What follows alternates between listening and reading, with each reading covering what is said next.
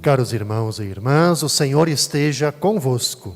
Ele está no meio de nós. Proclamação do Evangelho de Jesus Cristo, narrado segundo Lucas. Glória a vós, Senhor. Naquele tempo, o anjo Gabriel foi enviado por Deus a uma cidade da Galiléia chamada Nazaré, a uma virgem prometida em casamento a um homem chamado José. Ele era descendente de Davi, e o nome da virgem era Maria. O anjo entrou onde ela estava e disse: Alegra-te, cheia de graça, o Senhor está contigo. Maria ficou perturbada com estas palavras e começou a pensar qual seria o significado da saudação. O anjo então disse-lhe: Não tenhas medo, Maria, porque encontraste graça diante de Deus.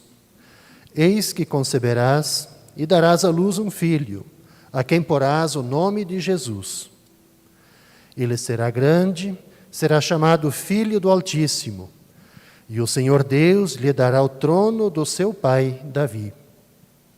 Ele reinará para sempre sobre os descendentes de Jacó, e o seu reino não terá fim.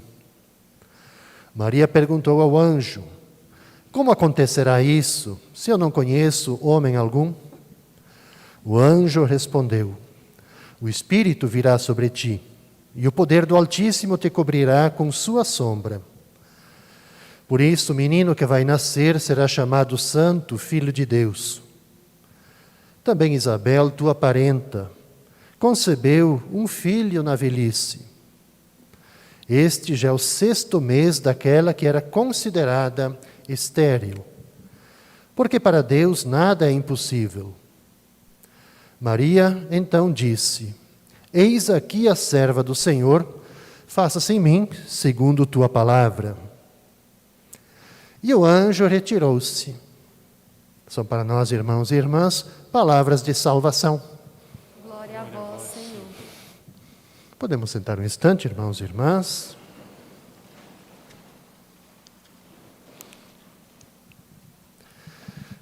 Caros irmãos e irmãs aqui presentes no santuário, irmãos e irmãs que nos acompanham através da Web TV, aqui do santuário, estamos celebrando uma solenidade, uma das solenidades centrais de nossa fé, a Anunciação do Senhor. 25 de março, 25 de dezembro, né? 9 meses. Eu queria que nós fizéssemos uma reflexão hoje, à luz, de modo especial, do sentido dessa solenidade, à luz também do Evangelho, mostrando quão importante é essa celebração, essa solenidade, a anunciação na vida da gente, a vida pessoal, vida familiar. Eu sempre digo assim que é importante a gente compreender que a anunciação, ela não se refere somente a Maria, somente a José e a Jesus. Mas que a anunciação, ela se refere sim a cada um de nós. Se refere à humanidade toda.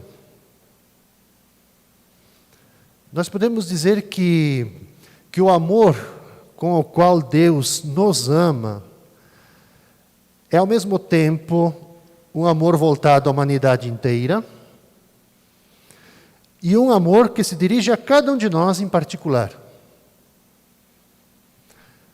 Por que isso? Porque foi exatamente Deus que nos concedeu a cada um de nós, o dom de existir. Dom de existir.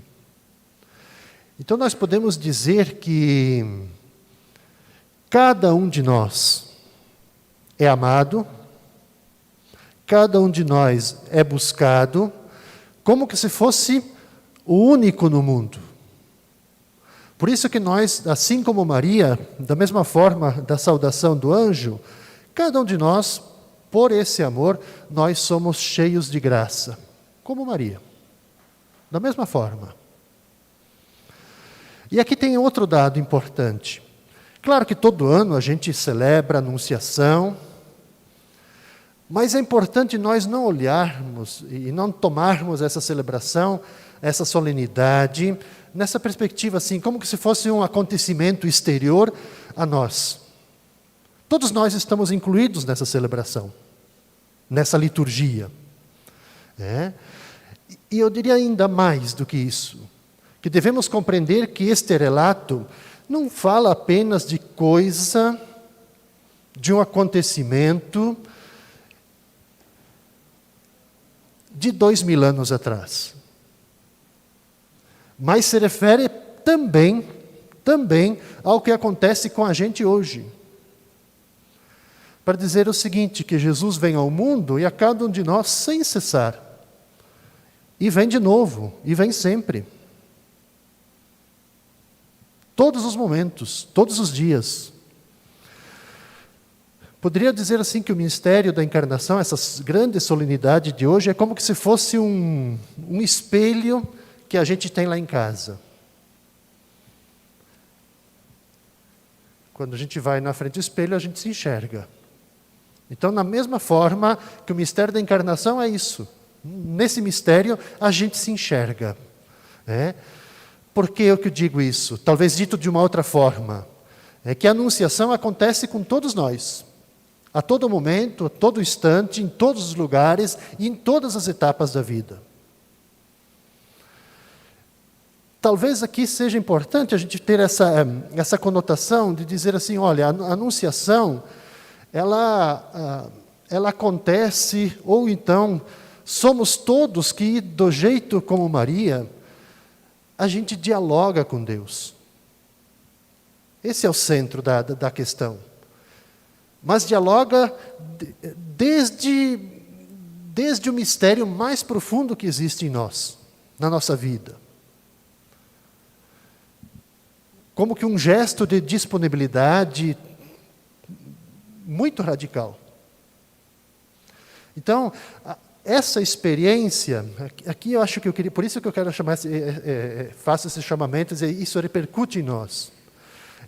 O que nós estamos celebrando aqui, a Anunciação de Maria, é como que se fosse uma experiência universal. Por que isso? Porque todos nós recebemos a visita dos mensageiros de Deus. Todos nós recebemos. Aliás, todos nós estamos rodeados de mensageiros divinos. Podemos nos dar conta, ser conscientes ou não, mas todos nós somos rodeados desses mensageiros. Eu diria assim, aquelas presenças que são angelicais. Pessoas, fatos, algumas experiências interiores que nós temos, que pode ser através de vozes, através de sinais, movem a vida da gente para frente, para a missão. E eu diria mais, que são anúncios que esses mensageiros divinos trazem para a gente, anúncios surpreendentes, que são inesperados, assim como Maria. Por que isso? Porque Deus é surpreendente. Deus é inesperável. Porque Ele se revela na vida, no nosso dia a dia. Assim como fez com Maria. Agora, da nossa parte, nós precisamos nos espelhar em Maria, por quê? Porque é preciso da nossa parte uma atitude contemplativa da vida para a gente perceber esses sinais divinos da presença do próprio Deus. Nós poderíamos tomar aqui como o próprio Evangelho, eu diria assim que os mensageiros, quando eles vêm a nós, eles fazem, num primeiro momento, elogios a cada um de nós, como foi feito para Maria. O que os mensageiros divinos podem dizer para a gente? Talvez podem dizer para nós, olha, Deus está muito encantado contigo, você é agraciado, é agraciada, você é a única, é o único, você é original. Enfim, você tem uma missão específica. Então, o desafio para nós, assim como foi com Maria, eu diria que é de nós estarmos em sintonia para a gente captar essa presença dos mensageiros, a presença do divino. Esses mensageiros, assim como foram para Maria, para conosco, o que eles falam? Falam da vida, apontam para o futuro, como fizeram com Maria. Apontaram para o futuro de Maria. O que ela seria? Falam que Deus faz nascer a vida mesmo, quem sabe onde a gente pensa ser impossível aos nossos olhos. Como mostrou aqui, com a prima de Maria, na velhice, concebeu. O grande problema nosso, quando eu falo dessa questão de que os mensageiros divinos estão sempre conosco, a nos falar, a nos mostrar, a nos apontar algo, é que nós, sim, vivemos distraídos, ou então focados em tantas outras preocupações, e a gente não capta a mensagem que nos chega. Talvez se Maria estivesse distraída, pensando em outras coisas, ela não teria captado essa mensagem. Mas ela estava exatamente em sintonia. Em sintonia. Da mesma forma como mostra o Evangelho, que Maria teve medo, teve dúvidas, quer dizer, é natural para nós também que brotem esses medos, essas perturbações, as dúvidas. Porque se trata exatamente algo, poderíamos dizer, como que fora do normal nosso. É coisa inédita. E tudo que é fora do normal, tudo que é inédito, pode causar para a gente espanto. Isso é normal. O bonito é o quê? Que o mensageiro de Deus sempre pacifica a gente. A gente pode ficar agitado, mas ele nos pacifica, assim como pacificou Maria. Sustenta o ânimo da gente, alimenta a nossa coragem, faz com que a gente vença o medo, inclusive. O que ele nos pede? O que o mensageiro de Deus pede para a gente? No Evangelho diz uma coisa só: o Espírito.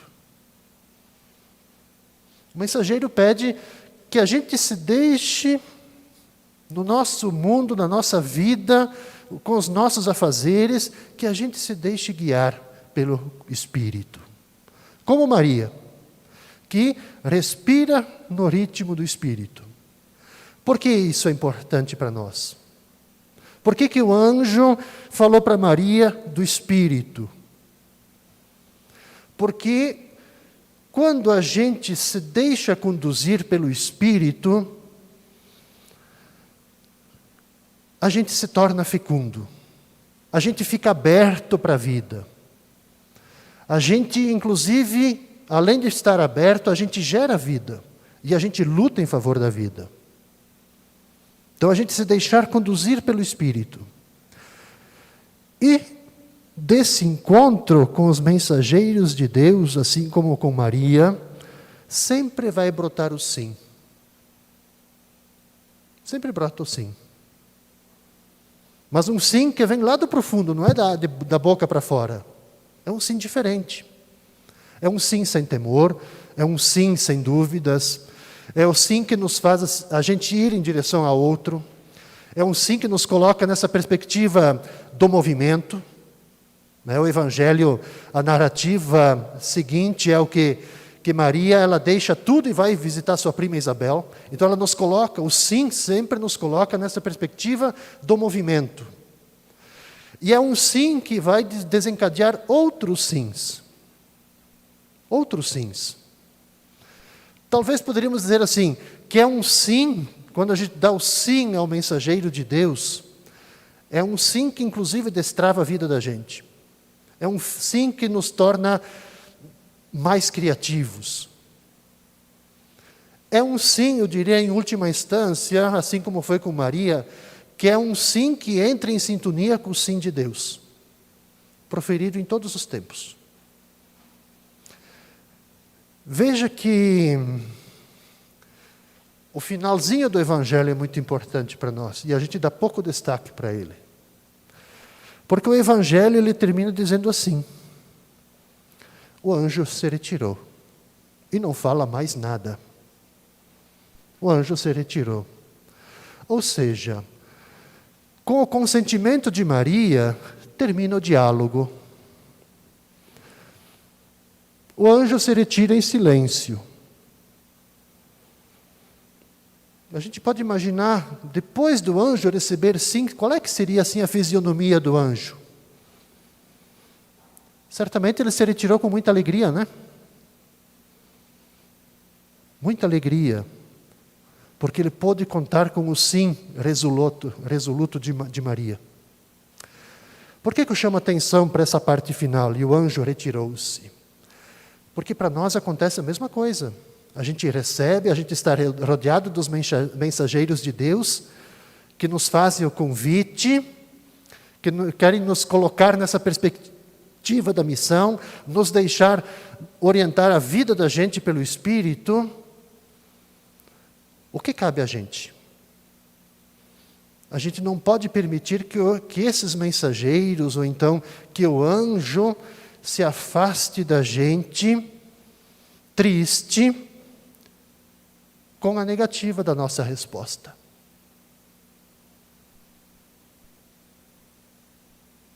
Não podemos fazer isso, né?